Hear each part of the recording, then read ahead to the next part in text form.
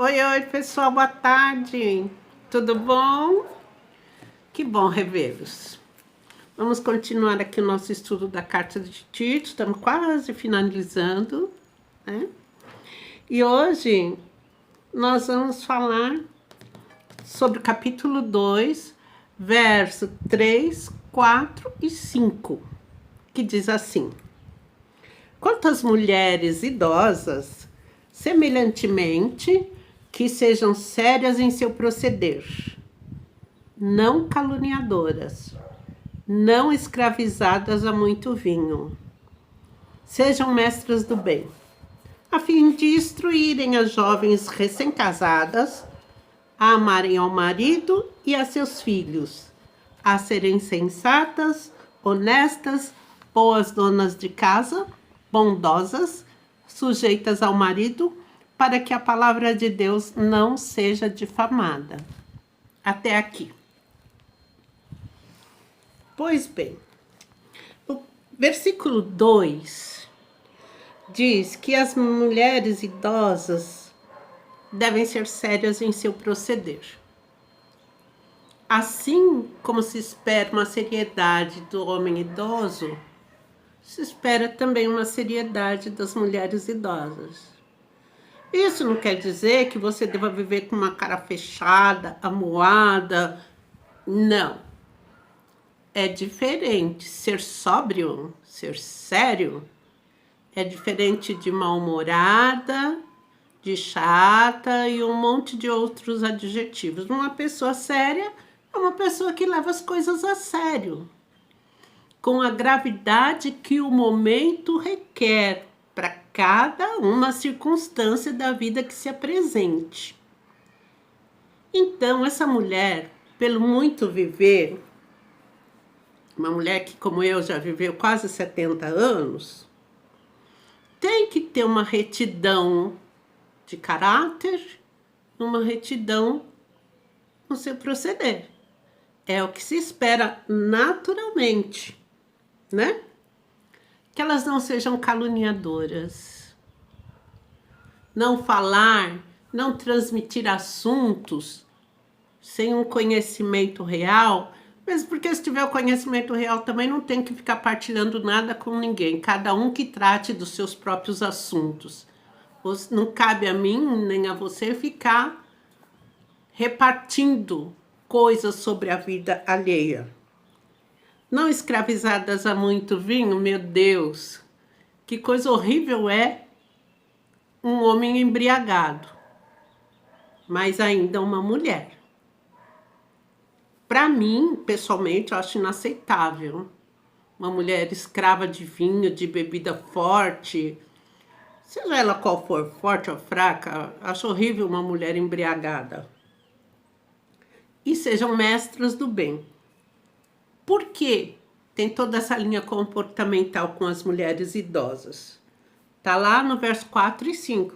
A fim de instruírem jovens recém-casadas a amarem ao marido e a seus filhos, a serem sensatas, honestas, boas donas de casa, bondosas e sujeitas ao marido. E aqui eu quero parar só em 3 pontos, tá? O primeiro deles, eu quero falar das qualidades que nós temos e precisamos aprimorar. Nós precisamos ensinar essas jovens a aprimorar isso. Ou seja, serem honestas e bondosas. Isso a pessoa é. Ela foi criada num lar e se ela teve as diretrizes corretas, é uma mulher bondosa e honesta, que vai trabalhar com esses predicados na sua vida e no seu lar. Né? Então, a gente só tem que ensinar a aprimorar isso. A ter um olhar generoso, a não criticar indevidamente, a olhar as circunstâncias do entorno antes de emitir um juízo de valor e outras coisas que, quando a gente for tratar de família, a gente vai falar. O segundo ponto Está ali no verso 4. Instruir as jovens recém-casadas a amarem ao marido e a seus filhos. Exatamente nesta ordem. É muito comum que nós saibamos muito bem amar os nossos filhos. Você tem essa capacidade de amar porque você encontrou aquele jovem, você se encantou, você namorou, você se apaixonou, você amou, você casou. E isso não pode ser esquecido. Por quê? Porque geralmente quando vem os filhos, você prioriza quem? O bebê. Eu sei que ele tem necessidades especiais e tudo isso. Mas você não pode se esquecer que o primeiro na sua vida, o primeiro no seu coração é o seu marido. Foi ele quem chegou primeiro. Você só tem o filho porque ele entrou na sua vida. Ele não pode ser colocado para trás. E se for necessário colocar alguém para trás, que seja você a priorizar seu marido e seus filhos, não a si mesmo. E o terceiro ponto que eu quero falar é ensinar as jovens a serem boas donas de casa e sujeitas ao seu marido. Isso é um assunto que quem não conhece a palavra arrepia. Como que eu vou ser sujeita ao meu marido? Primeiro vamos lá nos boas donas de casa. Hoje em dia, as mães criam as filhas assim, não, você vai estudar, você vai ter uma profissão, você vai ser administradora, sei lá, o que você quiser.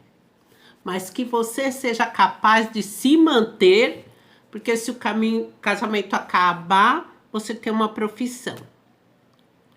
Pois bem, se você foi instruída assim, minha querida, nem case. Quando você casa pensando que, poxa, já tem uma profissão, se o casamento acabar,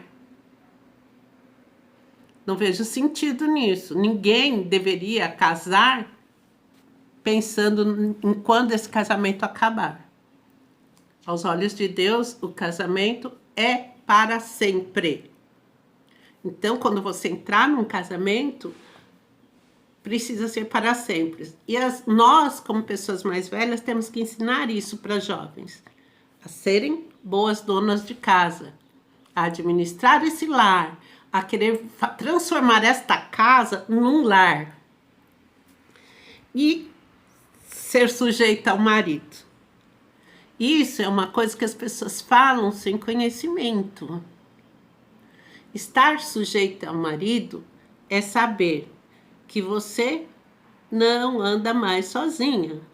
Quando você está sozinha, você fala assim, hoje eu vou para Brasília. Você pega a sua mala e vai. Hoje eu vou, sei lá, para o Rio Grande do Sul, para a França, para qualquer lugar, e eu sou dona de mim. Se você casou, você tem sim que dar satisfações. E ninguém te ensina isso, minha jovem. Ninguém ensina a jovem que ela deve estar sujeita ao seu marido. E ninguém ensina o jovem rapaz que ele deve amar a sua esposa da mesma maneira como Cristo amou a igreja. Com reverência, com respeito, com amor profundo acima de si mesmo. Se nós ensinarmos isso, nós verdadeiramente seremos mulheres valorosas.